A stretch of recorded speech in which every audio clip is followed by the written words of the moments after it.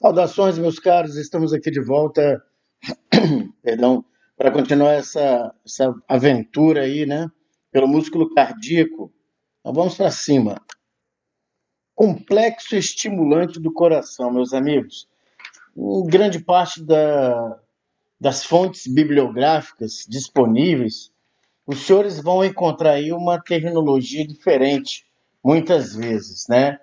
Excitação rítmica do coração, sistema de condução do coração, mas este é o termo utilizado pela terminologia anatômica internacional para designar, né, um sistema de células autoexcitáveis e autorrítmicas denominada complexo estimulante do coração. Uma atividade elétrica rítmica e intrínseca é a razão dos batimentos contínuos do coração. Show? Então, os batimentos contínuos e ritmados do coração, pessoal, é graças a uma atividade elétrica que tem ritmo correto, né? Senão seria arrítmico, o que não é correto, e intrínseca, ou seja, dentro do coração. A origem dessa atividade elétrica é uma rede de fibras musculares cardíacas especializadas, diferenciadas, né, pessoal? Chamadas de fibras autorrítmicas, por serem autoexcitáveis. As fibras autorrítmicas repetitivamente geram potenciais de ação que desencadeiam as contrações cardíacas. Vocês percebem, pessoal, o quanto isso é importante? Então, se esse complexo aí de fibras musculares especializadas, autorrítmicas e autoexcitáveis, se elas sofrerem uma lesão, nós estamos bem complicados na nossa saúde cardíaca. Por quê? Porque o bombeamento cardíaco ele respeita um ritmo, isso já foi falado várias vezes. Esse ritmo é importantíssimo que ele se dê de forma adequada, ok? Então essas fibras autorrítmicas repetitivamente geram potenciais de ação que desencadeiam as contrações cardíacas. As fibras autorrítmicas continuam a estimular o coração a bater, mesmo, meus amigos, após a sua remoção do corpo. Por exemplo, um transplante. A atividade elétrica está lá. O coração, né, entre aspas, está batendo fora do corpo. Por quê? Porque ele tem isso aqui, ó, uma atividade elétrica rítmica e intrínseca. Durante o desenvolvimento embrionário, aproximadamente 1% das fibras musculares cardíacas tornam-se fibras autorrítmicas. Elas têm duas funções importantes, meus amigos. Anotem aí. Uma, atuam como marca-passo, né? É o maestro, definindo o ritmo de estimulação elétrica que provoca a contração do coração. Isso é importantíssimo. E outra, formam o complexo estimulante do coração, né, essas fibras, né, especializadas, que o complexo estimulante do coração que consiste em uma rede de fibras musculares cardíacas especializadas que fornecem uma via para que se propaguem pelo coração a cada ciclo cardíaco esses impulsos nervosos. Okay? Então, isso é ritmado, autoexcitável e constante, meus amigos. Constante. Porque o seu coração não para. Né? Tá aí a ilustração, né, do professor Gerhard Tortora, princípios de anatomia e fisiologia. Então, você tem aqui, ó, um nó sinoatrial no átrio direito, bem pertinho da abertura aí da veia cava superior. E aí você vê, ó, e os impulsos nervosos são conduzidos ao átrio esquerdo, ao átrio direito, até uma outra estrutura, o nó átrio ventricular. Depois ele segue e chega ao fascículo átrio ventricular, que é uma rede de fibras, né? Um feixe. E depois, né, ganha o miocárdio dos ventrículos, os ramos subendocárdicos, direito e esquerdo. Vocês notem que, entre parênteses, há aí epônimos. Epônimos são termos desatualizados. Então, nós colocamos aí os termos corretos: nó sinoatrial, nó atrioventricular, fascículo atrioventricular, ramos subendocárdicos, ramo esquerdo e ramo direito. Vejam como eles se ramificam. Dessa forma, pessoal, o impulso nervoso rítmico e excitável vai a todas as áreas do coração, mantendo o ritmo de quê? Átrios contraindo primeiro, depois ventrículos. Enquanto átrios estão se contraindo, ventrículos estão relaxando e vice-versa, para a vida inteira. Opa! O complexo estimulante do coração assegura que as câmaras cardíacas sejam estimuladas a se contraírem de forma coordenada. É o que temos repetido aqui constantemente, né, pessoal? O que faz com que o coração seja uma bomba. Os potenciais de ação cardíacos propagam-se através dos seguintes componentes do complexo estimulante do coração, que nós vimos na ilustração anterior e agora os conceitos teóricos e as descrições. Vejamos. Como se propagam os potenciais de ação através dos componentes do complexo estimulante do coração? 1. Normalmente, meus amigos, a excitação cardíaca começa no nó sinoatrial, que está localizado na parede do átrio direito, imediatamente inferior e lateral à abertura da veia cava superior. Então começa tudo no nó sinoatrial, que você já está sabendo onde está localizado, no átrio direito, pertinho da abertura da veia cava superior. E daí desce para onde? Peraí, que ainda tem esse comentário, né? As células do nó sinoatrial não têm um potencial de repouso estável. Ao contrário, despolarizam-se repetidamente até o limiar espontaneamente. É tudo autônomo, meus amigos. Tudo pré-definido. Cada potencial de ação originado no nó sinoatrial propaga-se pelos dois átrios, por meio de junções comunicantes, que nós já vimos, né? Nos discos intercalados, que são especializações de membrana, pessoal, fazendo com que as fibras musculares cardíacas estejam muito interconectadas, muito, a ponto de um impulso nervoso viajar por toda a estrutura muscular cardíaca. Então, vamos de novo para a frase ter sentido. Cada potencial de ação originado no nó sinoatrial propaga-se pelos dois átrios, por meio de junções comunicantes nos discos intercalados das fibras musculares atriais. Após o potencial de ação, os átrios, entram em sístole, se contraem. Daí, propagando-se ao longo das fibras musculares atriais, o potencial de ação atinge o nó atrioventricular, já é outro componente. Situado onde? No septo interatrial, que é uma fina parede, meus amigos, muscular, que impede a comunicação do átrio direito com o átrio esquerdo, né? Imediatamente anterior à abertura do seio coronário, né? Sangue do seio coronário, da veia cava superior e da veia cava inferior chegam ao átrio direito. Então, já temos nó sinoatrial, propaga-se o impulso pelos átrios e depois vai até o nó atrioventricular. Do nó atrioventricular, meus amigos, o potencial de ação chega ao fascículo atrioventricular. Esse fascículo é o único local no qual os potenciais de ação se propagam dos átrios para os ventrículos. É o único. Após propagar-se ao longo do fascículo atrioventricular, o potencial de ação entra nos ramos direito e esquerdo do fascículo atrioventricular.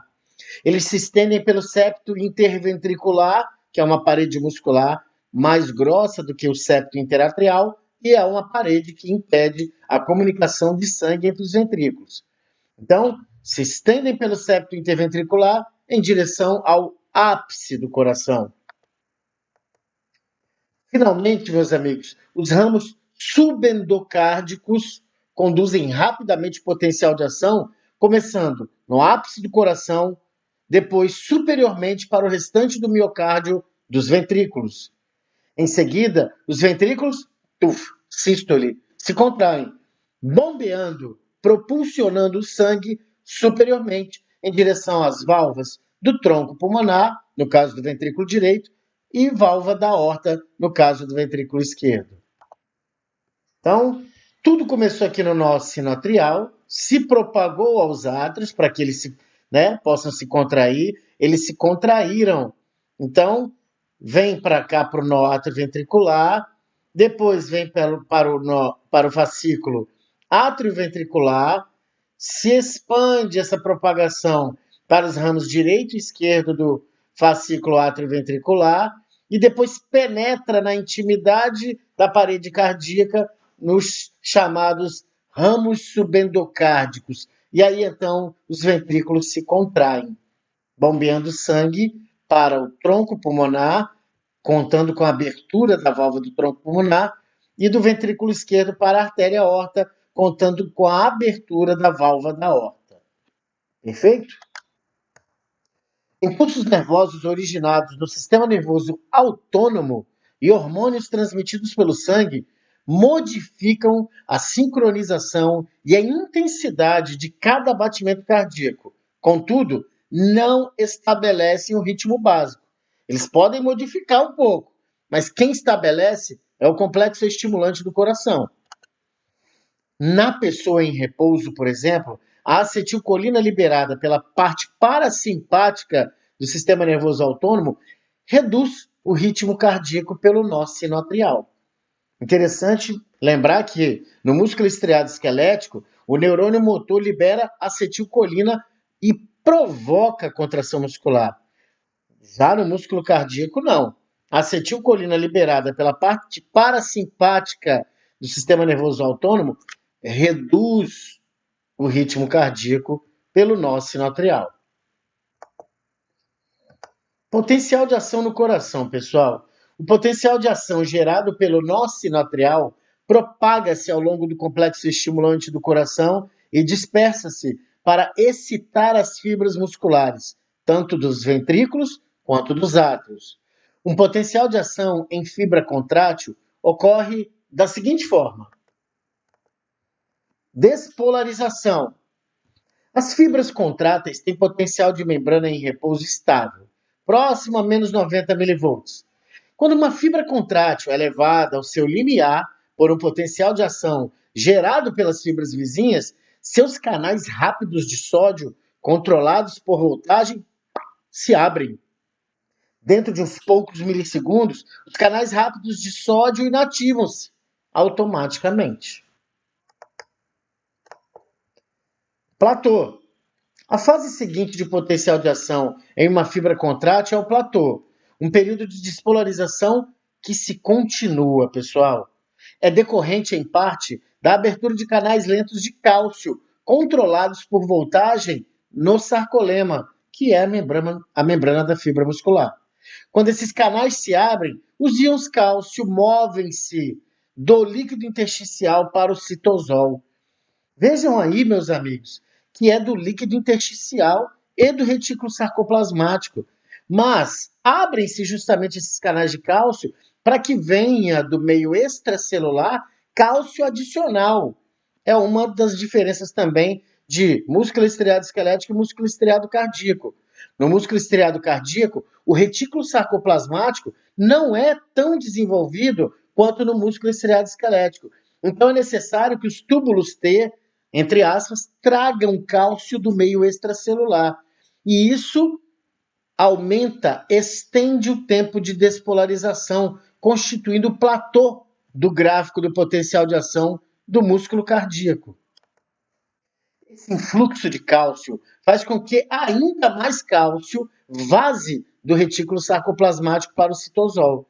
O aumento da concentração de cálcio no citosol, então, provoca a contração. Repolarização tem? Tem. O restabelecimento do potencial de membrana de repouso durante a fase de repolarização do potencial de ação, cardíaco, assemelha-se ao dos outros tecidos excitáveis. O mecanismo de contração dos músculos cardíaco e esquelético é semelhante. A atividade elétrica induz a uma resposta mecânica. Conforme a concentração de cálcio aumenta no interior da fibra contrátil, o cálcio se fixa à proteína, faltou um azinho aqui, né? Me perdoem. Se fixa a proteína reguladora troponina, o que permite aos filamentos de actina e miosina, então, deslizarem-se uns sobre os outros com o início do desenvolvimento de tensão. As substâncias que alteram o movimento do cálcio pelos canais lentos de cálcio influenciam a intensidade das contrações cardíacas. A epinefrina, também conhecida como adrenalina, por exemplo, influencia a intensidade de contração, intensificando o influxo de cálcio para o citosol. Então, se entra, né, se tem um influxo maior de cálcio para o citosol, amigo, você vai ter uma contração maior no que diz respeito à intensidade. No músculo, o período refratário é o intervalo de tempo durante o qual uma segunda contração muscular não pode ser produzida. O período refratário da fibra muscular cardíaca é mais longo que a própria contração dela. Aí umas etapas, né, do potencial de ação, também tirado do professor Gerhard Tortora, Princípios de Anatomia e Fisiologia. Então você tem aí, né, potencial de membrana em milivolt, né, aqui tempo, olha lá, atingiu o limiar, despolarizou, subiu, né, despolarização rápida devido à abertura dos canais rápidos de sódio, voltagem dependentes. Tudo bem, despolarizou. Na hora daquela queda no músculo estriado esquelético, né, de repolarizar, não. Opa, continuou aqui, ó, continuou. É o chamado platô, despolarização sustentada. Devido a quê? A abertura de outros canais, os canais lentos de cálcio, também voltagem dependentes, e ao fechamento de alguns canais de potássio. Então, ao mesmo tempo que se abrem outros canais, embora lentos, né, fecha-se o de potássio, que é o que normalmente restabelece um potencial de membrana de repouso. Aí sim caiu. Houve a repolarização devido à abertura de canais de potássio e o fechamento dos canais de cálcio. Ok? Essa é a diferença, a grande diferença, esse platô, né? Porque canais de cálcio se abrem e eles ajudam na contração muscular cardíaca. Como resultado, pessoal, outra contração só terá início quando o relaxamento já estiver bem avançado. Por essa razão, o tétano não ocorre no tecido muscular cardíaco como ocorre no músculo esquelético. A vantagem é aparente se considerarmos como os ventrículos funcionam. Sua função de bombeamento depende de quê? Da alternância de contração quando ejetam sangue na sístole e de relaxamento quando estão enchendo na diástole. Enchendo de quê, Luciano? De sangue, né? Se o músculo cardíaco entrasse em tétano, o fluxo sanguíneo cessaria, né? Meus amigos, foi mais uma abordagem aí, mais ou menos do complexo de estimulação, complexo estimulante do coração, né? Claro que vamos falar aí de eletrocardiograma, mas eu quero voltar um pouquinho depois e dar uma incrementada em potencial de ação no músculo cardíaco, com alguns detalhes a mais, tá? Para nós tornarmos mais robustos aí esses estudos. Aproveitem e leiam esse capítulo no Gaito, no Berle-Levy, né, na Margarida, Aires, no próprio Gerhard Tortora. Bons estudos e estou à disposição. Forte abraço.